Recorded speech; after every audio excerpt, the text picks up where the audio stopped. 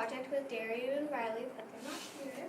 So we did the Marvel Universe because basically it appeals to both genders and all ages because everyone loves Marvel movies and superheroes and everything. And we decided to put it in New York because most of the Marvel movies are in New York, and it's just it's an iconic tourist attraction with just New York City and Manhattan and all that. And then for global marketing opportunities, basically, yeah, everything that has to do with Marvel is usually in New York. For example, Spider-Man was filmed in there, the Avengers, the Stark Expo is in there, the Hulk was also in New York, and just a lot of other superheroes. And then our target market is basically, again, both genders and all ages, because superheroes are usually a good role model for children, and it teaches them to want to help others, basically, and be all good and everything. And then for pricing, for a day pass, it is $25 and $15 for people 65 and up. And then for a year pass, it's $75. And if you get 4 tickets, then it's only $200. And then for express passes, it is $35 a day and $85 for a year pass, and $300 for 4 tickets. And an express pass basically lets you cut through lines and stuff like that. And then for our celebrity endorser, it is Stan Lee because he wrote most of the Marvel comics and he's in all of the movies, well, most of them at least. And then for our product tie-ins, we're basically going to have a bunch of gift shops, and we'll be selling comics and movies and S.H.I.E.L.D. and the Milner, can't say that. And we'll also be able to have people who dress up as the superheroes and villains, and we'll be able to take pictures with people, and you can buy those photos and everything. And yeah, for our park, we're basically going to have a whole bunch of different, there are big rides and there's also smaller rides. For instance, with the Hulk Smash, his arms bring you up and down and everything. So there are some smaller scale rides that we'll be having. And then we also have an amphitheater, and the people who dress up as the superheroes and villains, they'll be acting things out, and you can watch them battle and everything. And then we will have things like the Stark Expo and Oscorp building and the X Mansion that you can go into, and we'll have different attractions in there.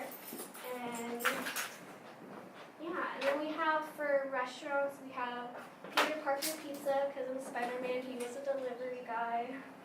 And then we have Starbucks, which is basically Starbucks, but Buc-ee's, because from Avengers. And we have other restaurants and little stands. And yeah, that's it.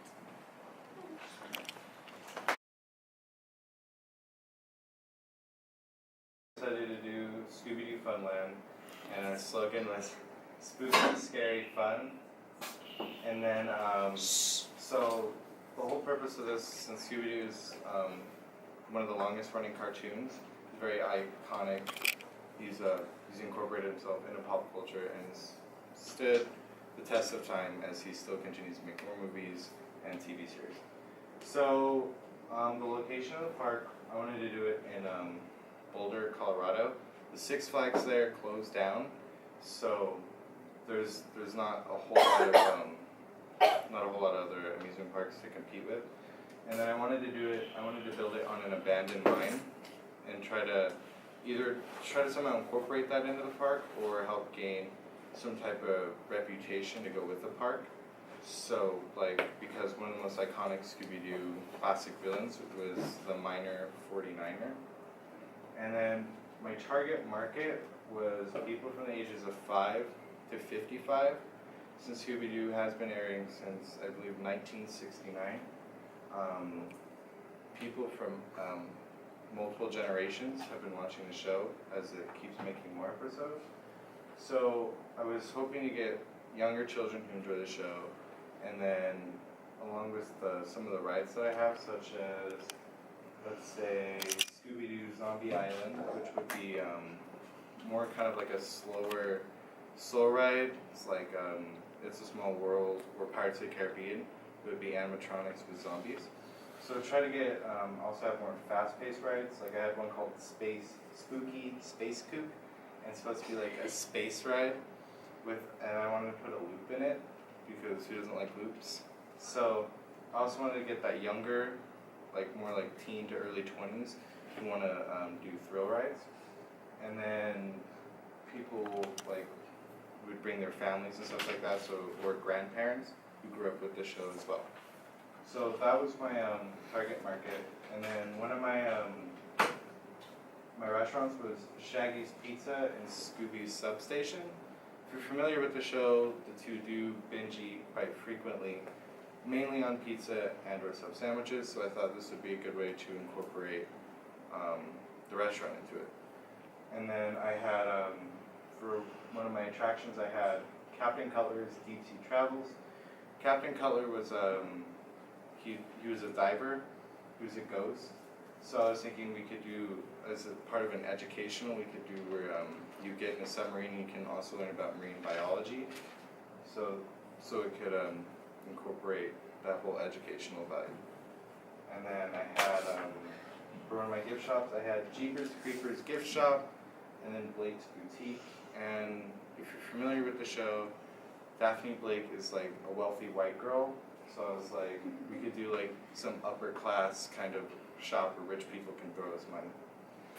So for pricing, $30 per day on entry, and then for a season pass, since we do plan on being open mostly year-round, we're looking at $250 per season, and a benefit of purchasing a season pass would be discounts on either food or certain items in gift shops and stuff like that. Global market, I wanted to stretch out to France and move there, and I found like north of Paris, there's this like really rural area surrounded by 3 cities where there's not a whole lot there.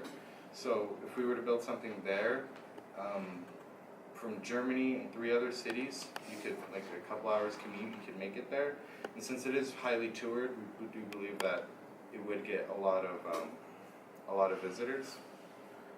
And then some of my other rides were Mystery Machine go-karts, because almost all amusement parks have go-karts. It's something people look forward to, so I might as well throw a little Scooby-Doo twist on it. Our celebrity endorser is Scooby-Doo, because Scooby-Doo representing Scooby-Doo theme park makes sense.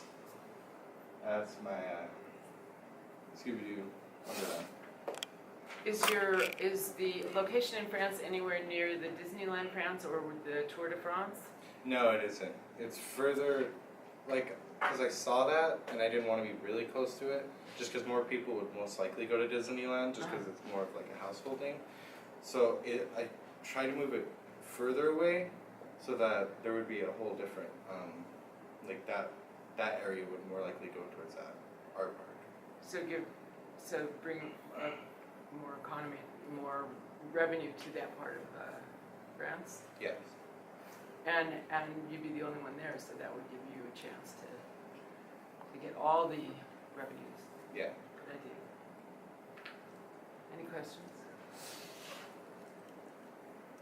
Yes.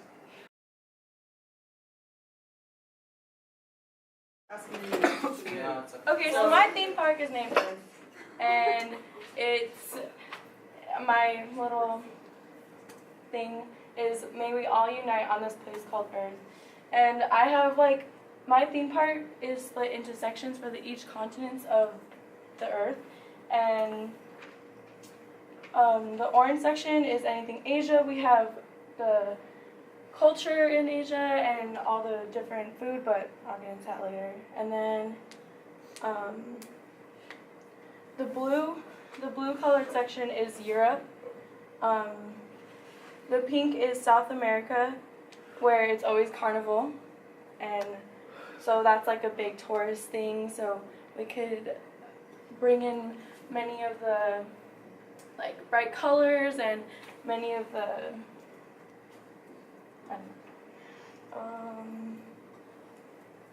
anything purple is the U.S. Here it's okay to be patriotic. anything in the teal or turquoise colored is Africa. The green is for like your like little kids, so they don't have to go on the big thrill rides, and they will have a little bit of all cultures in this small and observed area. And you may leave your child here for the safety of you and your kids. We will check the bracelets when exiting the park to assure everyone's safety. But last but not least, we have a ride for Little Antarctica. The darkest colored ride is like a water ride, I guess you would call it. And yeah. So some of the rides. So in Europe we have the Eiffel drop. You know, the cliffhanger. We have the Eiffel Tower, and it drops you and brings back up and drops you again. And then in the U.S., number 16, right there, we have the Niagara Falls for New York, and it's another water park ride. Yeah, okay. Okay, my target market is mainly ages from preteens to as old as you would like, as daring as you are. And it's for middle-class families or higher-class families. This is appropriate because the Earth, like my target market is very widely open because Earth doesn't really have a target market. We all kind of live here. If you haven't noticed, you're welcome. And my pricing strategy is from ages 0 to 3 is $10, and ages 4 to 9 is $20, and then ages from 10 and up is $35, and then like grandma and grandpa is only $15. We do season passes. They cost $65 for everyone except for children, and this includes a card with points on them. And at the end of the season, how many ever points you have, you can get things from our gift shop, things from like just our restaurants, and just different cute little things.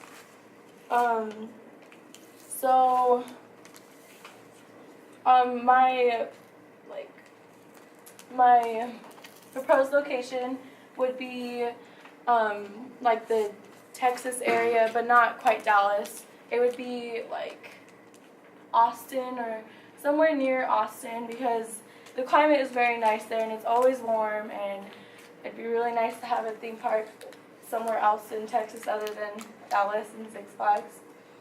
But if I had global expansion, I would either choose Asia or Europe. I would choose this place because it has the most cultural feeling, and there's a lot of stuff to do there. My celebrity endorsement, he's my made-up guy because everyone else can't represent Earth. His name is Mr. Brown.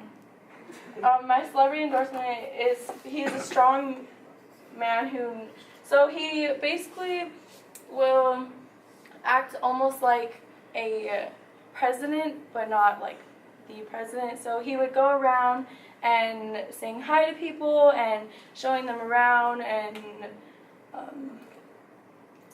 just meeting them and showing them how beautiful Earth is.